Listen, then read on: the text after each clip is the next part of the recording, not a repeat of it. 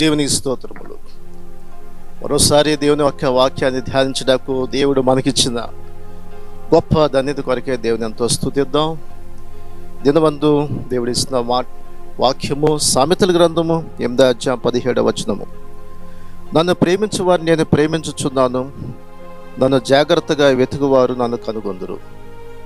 ప్రియ సహోదరుడా సహోదరి, నన్ను ప్రేమించువారు నేను ప్రేమిస్తున్నాను, నన్ను జాగ్రత్తగా వెతుకువారు నన్ను కనుగొంటారు. ప్రభువుని మనం ప్రేమించడం అనేది, దేవుని ప్రేమించితే దేవుని యొక్క ప్రేమ మనం పొందుకుంటాం, దేవుని దగ్గర నుంచి ఆశీర్వాదాలు పొందుతాం. సామెతల గ్రంథం 8:21 నన్ను ప్రేమించు వారిని ఆస్తికర్తలుగా చేయుదును, వారి నిధులను నింపుదును. దేవుని ప్రేమించడం ద్వారా దేవుడు మనల్ని ఆస్తికర్తలుగా చేస్తాడు, దేవుడు మనల్ని ఆశీర్వాదకరంగా చేస్తాడు. కాబట్టి ప్రభువుని మనం ప్రేమించడంలో గొప్ప ఆశీర్వాదం, గొప్ప దీవెన ఉంది.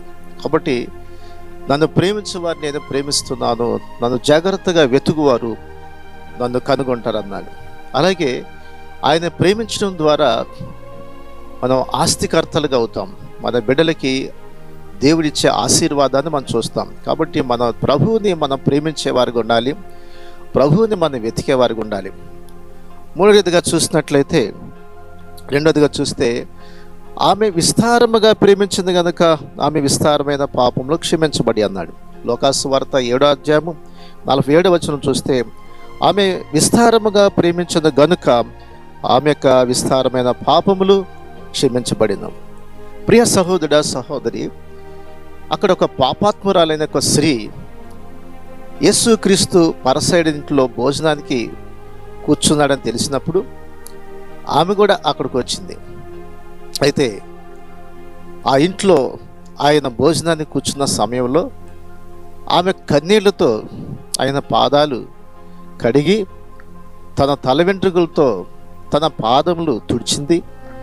అలాగే విలువైన అత్తరు ఆయన పాదాల మీద పోసింది, ఆయన ముద్దు పెట్టుకుంటుంది.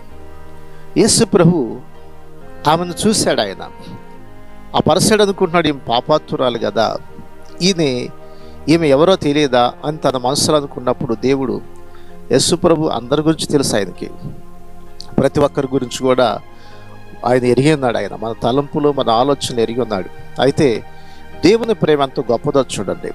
ఆమె పాపాత్మురాలే, కానీ యేసు ప్రభు దగ్గరికి వచ్చి ఆమె ఎంతో పశ్చాత్తాపడి కన్నీటితో తన పాదాలు కడిగింది, ఆయన ముద్దు పెట్టుకుంటుంది.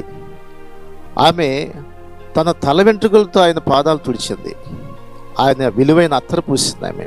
అందుకే యేసు ప్రభు అంటున్నాడు, ఈమె విస్తారంగా ప్రేమించింది కాబట్టి ఈమె విస్తారమైన పాపములు క్షమించబడింది. చూసారా, దేవుని ఎంతగా ప్రేమించింది ఆమె. పాపాత్మురాలే, కానీ పశ్చాత్తాపడింది, కన్నీటితో తన పాపాలు ఒప్పుకుంటుంది. చూడండి, అప్పటి వరకు తన పాపస్థితి ఆమెను ఎంతగా వేధించింది, బాధించింది. ఆమె యొక్క జీవితాన్ని యేసుక్రీస్తు మార్చాడు. ఆమెకి విడుదలను, రక్షణ కలుగజేశాడు. ప్రభువుని ప్రేమించడం ద్వారా ఏం కలుగుతుందో తెలుసా?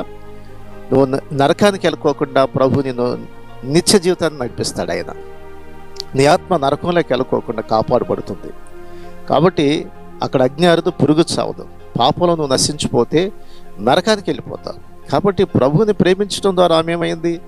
నరకాగ్ని నుంచి తప్పించబడింది. అలాగే నీవు ప్రభువుని ప్రేమించడం ద్వారా నువ్వు నరకాగ్ని నుంచి తప్పించబడతావు, నిత్య జీవితాన్ని పొందుకుంటావు. అలాగే ఆయన ప్రేమించినటువంటి వారిని ఆయన ఆస్తికర్తలుగా చేస్తున్నాడు. దేవుడు ఆస్తికర్తలు కూడా చేస్తాడు. ఆయన అబ్రహాముని దేవుడు ఆశీర్వాదకరంగా చేశాడు, ఎంతో ఆశీర్వదించాడు. అతనికి ఎంతో పశువులను ఇచ్చాడు, అతనికి ఎంతో వెండి బంగారములు ఆస్తి గల్లెట్టింటి వాడుగా, పనివాళ్ళు గల్లెట్టింటి వాడుగా, గొప్ప ఇల్లుగా మార్చబడింది. అబ్రహాము దేవుని ప్రేమించాడు ఆయన. కాబట్టి దేవుని ప్రేమించే వారిని ఆయన ఆస్తికర్తలుగా చేస్తాడు. అలాగే మరొక విషయంలో కీర్తన గ్రంథం 91 కీర్తన 14 అంటాడు, అతడు నన్ను ప్రేమించుచున్నాడు గనుకనే అతను తప్పించదు. అతడు నన్ను ప్రేమిస్తున్నాడు కాబట్టి నేను తప్పిస్తాను. కాబట్టి అతడు నా నామం ఎరిగినాడు కనుక నేను అతను ఘనపరుస్తాను. కాబట్టి దేవుడు ప్రతి విషయంలో నేను తప్పిస్తాడు. ఆయన ప్రతి సమస్యల నుంచి దేవుడు తప్పిస్తాడు, ప్రతి శోధన నుంచి తప్పిస్తాడు, ప్రతి బాధల నుంచి తప్పిస్తాడు. ఆయన ప్రేమించడం ద్వారా నిన్ను అనేకమైన శ్రమలు శోధనలు వచ్చినప్పుడు ఆయన నిన్ను తప్పిస్తాడు. అతడు నాకు మొరపెట్టగా నేను అతను ఉత్తరమిస్తా అన్నాడు. ప్రభువును ప్రేమిస్తే నువ్వు మొరపెట్టినప్పుడు ఆయన ఉత్తరమిస్తాడు. శ్రమలో నేను అతను తోడై ఉంటాను. శ్రమలు వచ్చినప్పుడు, కష్టాలు వచ్చినప్పుడు ఆయన తోడుగా ఉంటాడు. అతన్ని విడిపించి అతను గొప్ప చేసేదను. దేవుడు మనల్ని సమస్తమైన బాధల నుంచి, కష్టాల నుంచి విడిపించి ఆయన మనలను గొప్ప చేస్తాడు. ఆయన నీ యొక్క చదువులో ఉన్నతమైన గొప్పగా దేవుడు నిన్ను ఆశీర్వదిస్తాడు. నీ ఉద్యోగంలో గొప్ప వ్యక్తిగా చేస్తాడు. నీ కుటుంబాల్లో, నీ బంధువుల మధ్య గొప్ప వ్యక్తిగా దేవుడు నిన్ను ఆశీర్వదిస్తాడు. అతను దీర్ఘాయు చేత అతను తృప్తిపరుస్తున్నాడు, దీర్ఘాయుష్మంతుడిగా చేస్తాడు. ప్రభువుని ప్రేమించడం ద్వారా నీకు దీర్ఘాయుష్మంతుడిగా బ్రతుకుతాయి. ఈ లోకంలో నా రక్షణ అతనికి చూపించదన్నాడు. కాబట్టి ప్రభువుని ప్రేమించే వారికి రక్షణ దొరుకుతుంది, ఆస్తికర్తలుగా చేస్తాడు. దేవుడు సమస్త బాధల నుంచి ఆయన కాపాడుతాడు. అలాగే దీర్ఘాయుష్మంతుడిగా చేస్తాడు. ఆయన నీకు నిత్య జీవితం ఇస్తాడు. అట్టి కృప దేవుడు మనందరికీ అనుగ్రహించినట్టు చిన్న ప్రార్థన చేసుకుందామా? పరిశుద్ధుడా, ప్రేమగల తండ్రి, గొప్ప దేవా, ఈ వాక్యాన్ని వింటున్నా మా ప్రియ సహోదరులందరినీ దర్శించండి, దీవించండి.